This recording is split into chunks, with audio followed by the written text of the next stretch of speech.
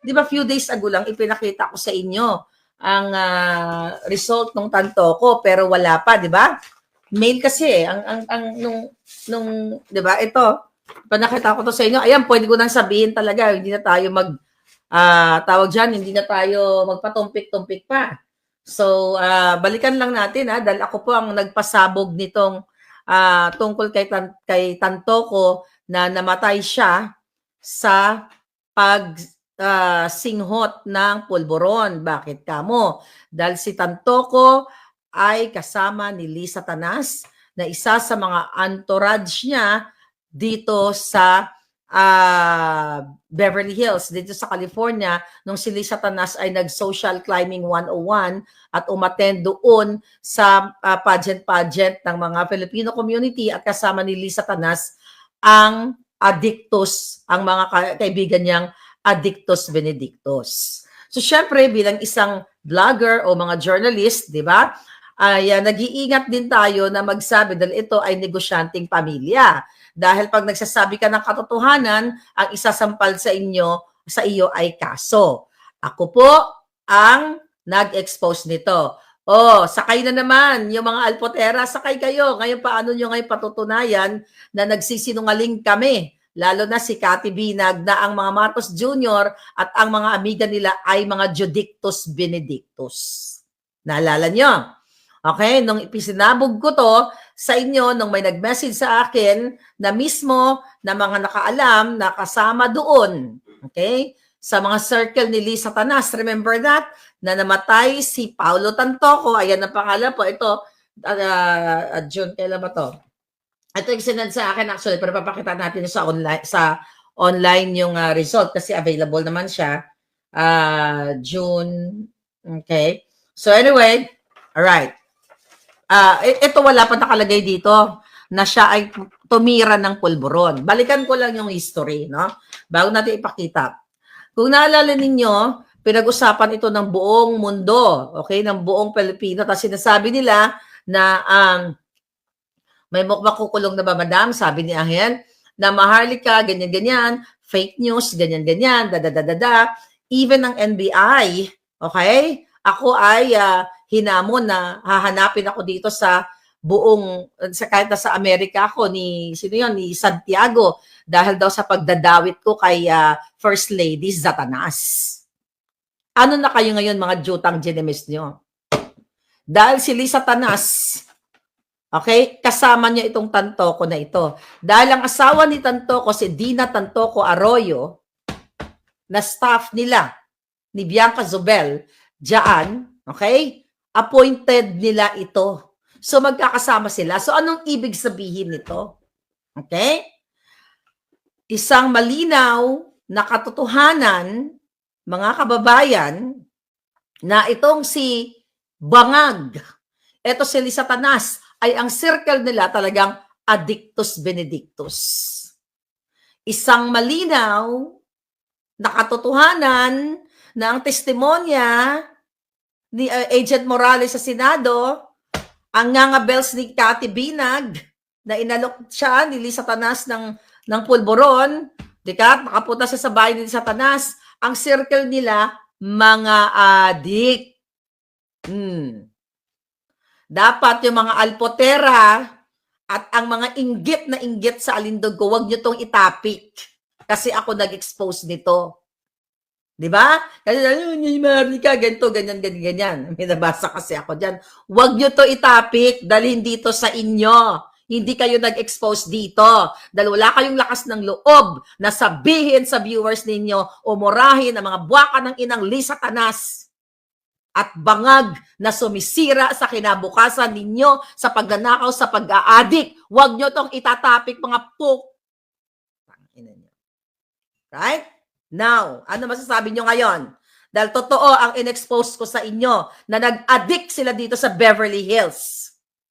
Remember this? Asan na yung panakot ni natin? Lahat ng panakot tinanggap ko sa ngalan ng katotohanan, mga jutang din na kayo na mga Satanas. Ano ngayon, Lisa? Di ba sinabi ko na na-hold siya dito sa US for questioning? Remember that I told you? Anong ginawa nila? Maharlika, fake news. Hindi naman yun na-detain. Tinitwist pa nila yung salita ko. O, anong sabi ni, dyan, ni NBI? Tignan natin.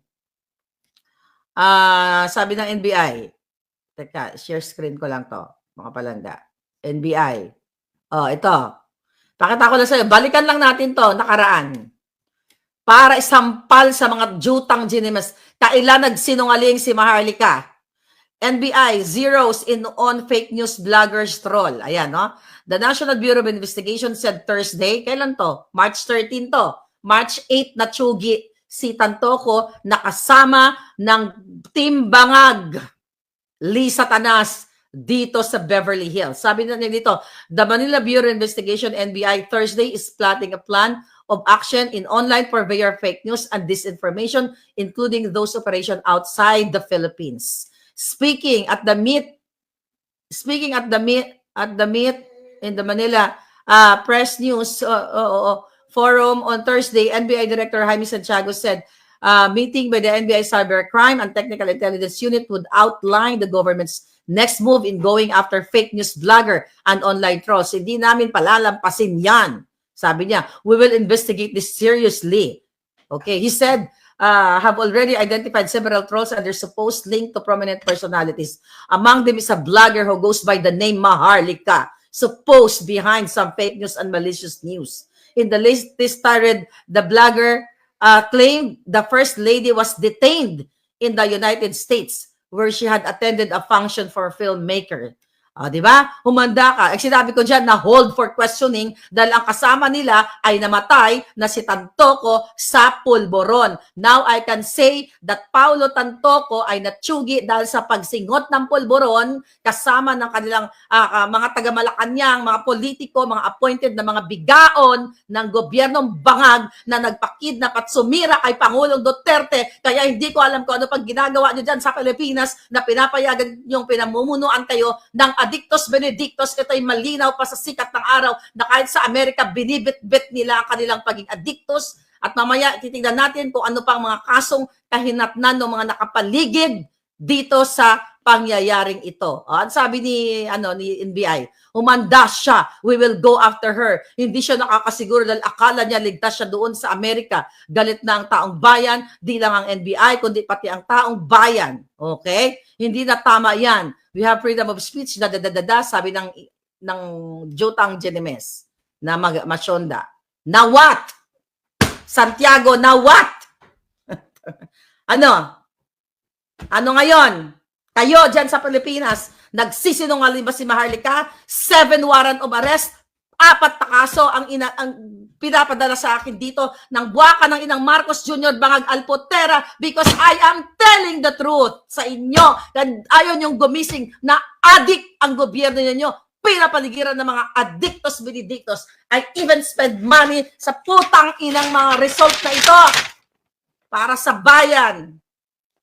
Now, ano ngayon? Vindicated tayo? Yes. Diba? Even si Inday Sara nagsalta niyan. Ano kayo ngayon? Yung mga bangag alpot na nagpakulong, nagpakidnap kay Pangulong Duterte dahil si Pangulong Duterte ang isa sa mga unang nagsalta na adikto si Bangag. Tapos okay lang, I love you PRRD. Ayaw namin anuhin si Bangag at si Lisa Tanas kasi she's good to me naman. Puking. Gigil ako eh. Right? Ito ang kapalit ng ang ipinaglalaban ni Maharlika. Alright. Ito, ginastusan ko to, hindi ko nangalaman kung 35 ba to o 45 ba ito. Pero i-email nila sa akin. Ayan, Tantoco. Dito, nung June, na ito, di ba, pinakita ko na sa inyo.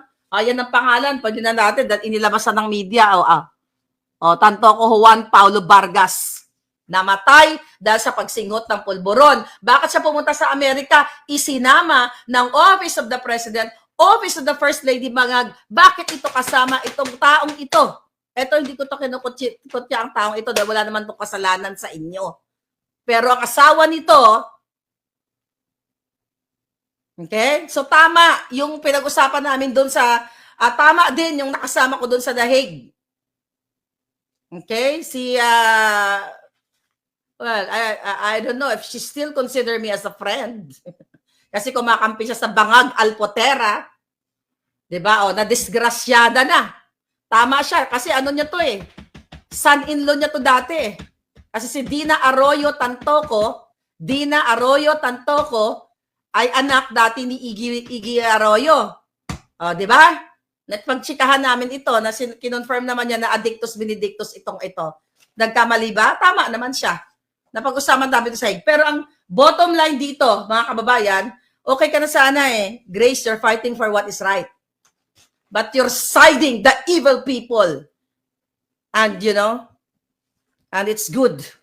And it's good na hubaran ang mga pag-uugali ng mga taong hindi tapat sa ipinaglalaban. I thought pareho tayong pinaglalaban, but you're siding the Alpoteras. Really? And now, here.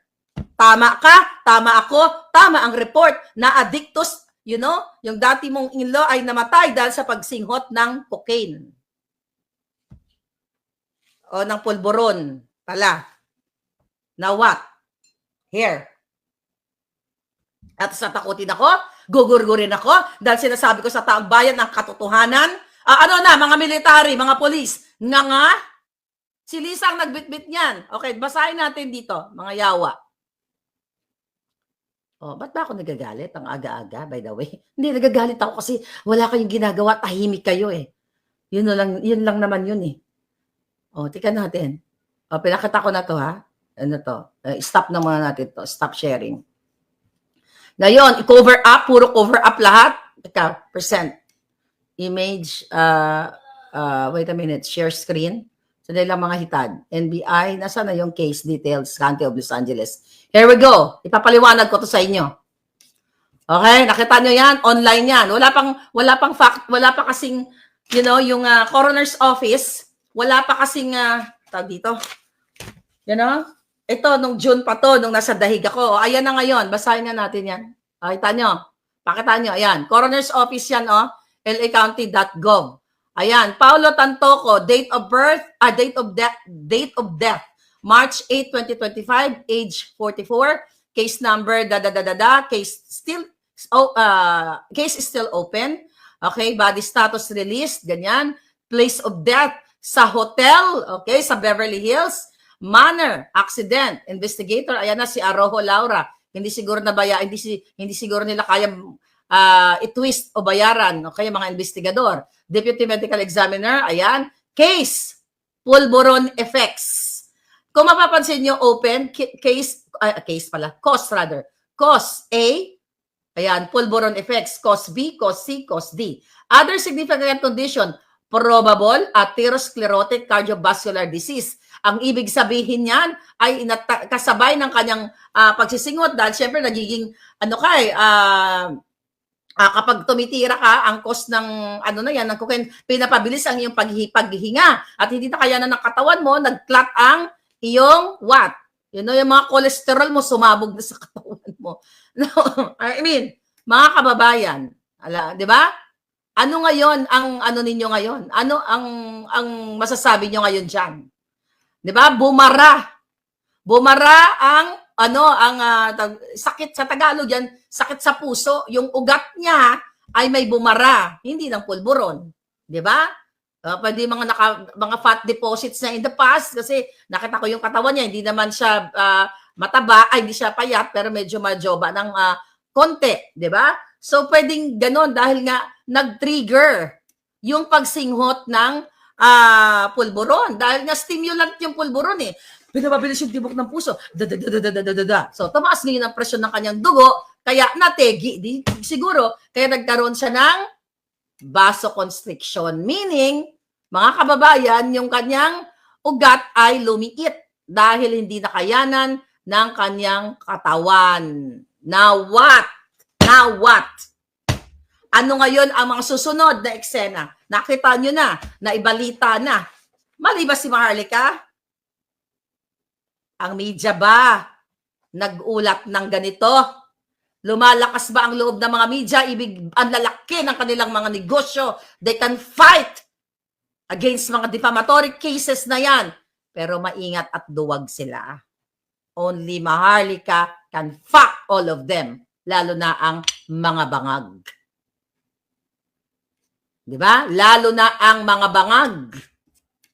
So ngayon, mga kababayan, kung ganyan, okay? Kung ganyan ang mga eksena na nangyari dito sa Beverly Hills, ayan, na natsugi dahil yan bit-bit ni Lisa Tanas. Okay, yung taong yan, yung taong yan. Ano ngayon ang mangyayari? Titigil na lang ba tayo? Ano, si Lisa baka ka? What? Okay? Anong ni Lisa diyan? Anong participation yan? So definitely, under investigation pa yan. Open pa rin yan, mga kababayan. Open pa rin yung investigation. Alam niyo? Tingnan natin dito sa website ulit. Okay? So, kaya sila hindi magkaso-kaso sa akin na hinahamon ko yan na si Bangag na Addictus Benedictus, mga palangga,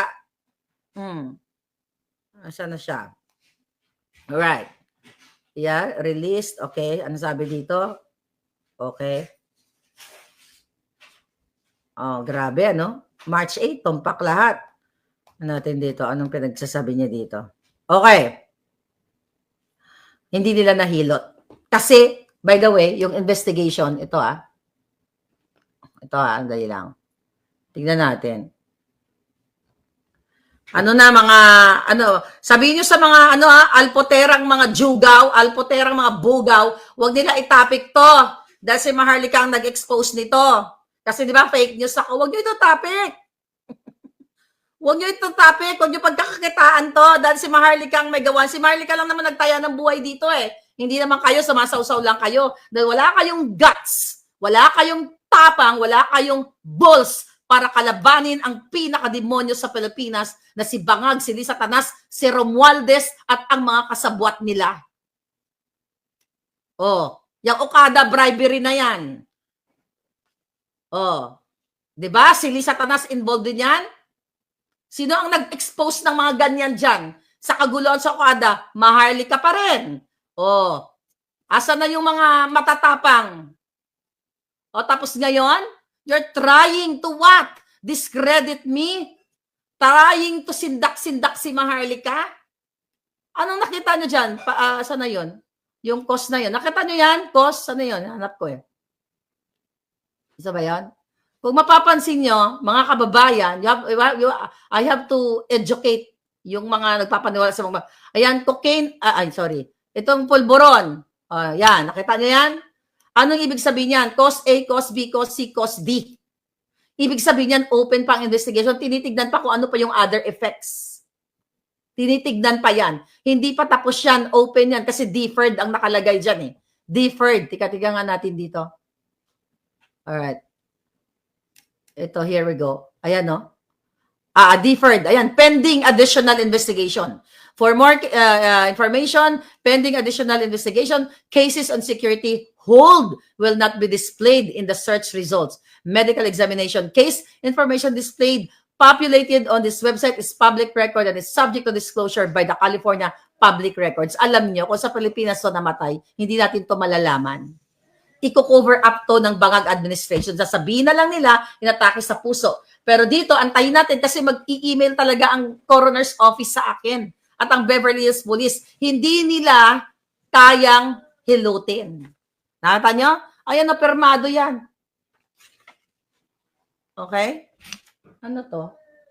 Dito, kompleto. Di ba? Alam nyo yan, yung mga taga-Amerika. Yung mga result, meron pang Espanyol.